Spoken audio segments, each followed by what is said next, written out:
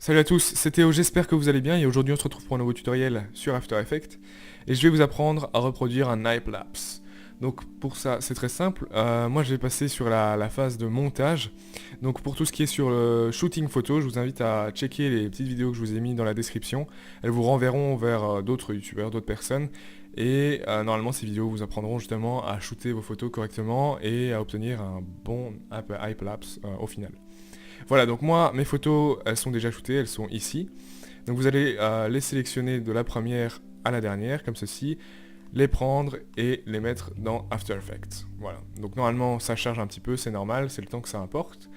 Ensuite, on sélectionne toutes nos photos et on les met sur une composition. Voilà, donc normalement on va avoir une nouvelle composition.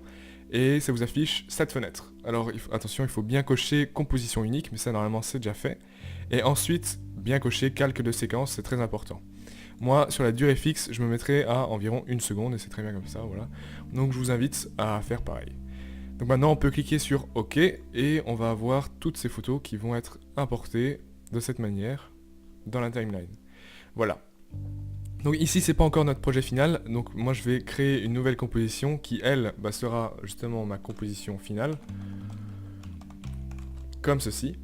Et je suis en 1900 par 1080 pixels, je me mets à 3 minutes 15 mais ça c'est pas très important pour le moment, je raccourcirai après. Et la couleur d'arrière-plan, pareil, pas important du tout, puisque ça changera après. Donc je clique sur OK, c'est bon. Je retourne sur mon ancien projet, et là, je vais bien faire attention à sélectionner toutes mes images. Pour le moment, moi, c'est déjà fait. Je fais un clic droit et je vais dans Précomposition, comme ceci. Et je clique bien sur Transférer les attributs dans une nouvelle composition. Ok, nickel. Là, j'ai ma précomposition. Alors, il faut bien faire attention. Moi, ma photo, elle est dans un beaucoup plus grand format que ça, que ma vidéo finale. Ici, c'est du 1920 par 1080 pixels.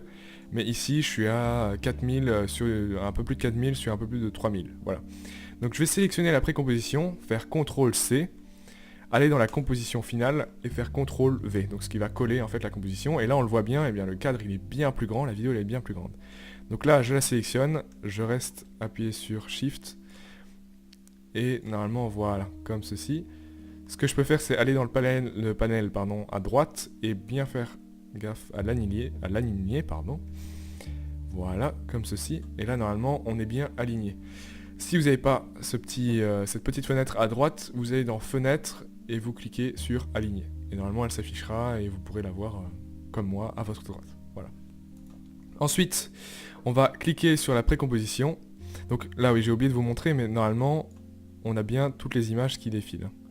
Voilà, ça charge parce que ça travaille énormément pour la machine. Mais voilà, normalement toutes vos images défilent correctement. Alors,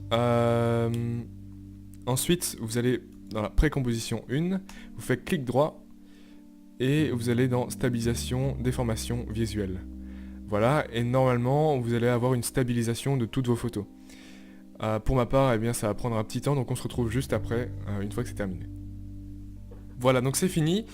Donc tout à l'heure je vous avais bien dit, normalement ma timeline elle était de environ plus de 3 minutes, voilà 3 minutes 11 à peu près. Donc je vais raccourcir tout ça, je reste appuyé sur Shift, et voilà, normalement je vais en haut à gauche dans composition, raccorder la composition à la zone de travail, et voilà j'obtiens ce résultat. Maintenant si vous regardez bien, voilà moi ça charge, ça rame un petit peu, les images sont de haute qualité, c'est pour ça, mais normalement vous obtenez un bon résultat, un bon hyperlapse. Donc vous pouvez aller en haut à gauche dans Fichier, vous faites Exporter et vous ajoutez à la file d'attente de rendu, comme ceci, et vous pouvez faire le rendu. Voilà, donc c'est déjà la fin de ce tutoriel, c'était très court et à la fois très simple. Donc j'espère que ça vous a plu. Si c'est le cas, n'hésitez pas à mettre un petit like en dessous de la vidéo, ça me ferait super plaisir. Et si vous avez la moindre question, n'hésitez pas à me le faire savoir dans les commentaires et j'essaierai d'y répondre dans la mesure du possible. Voilà, donc je vous dis à la prochaine pour un nouveau tutoriel. Ciao.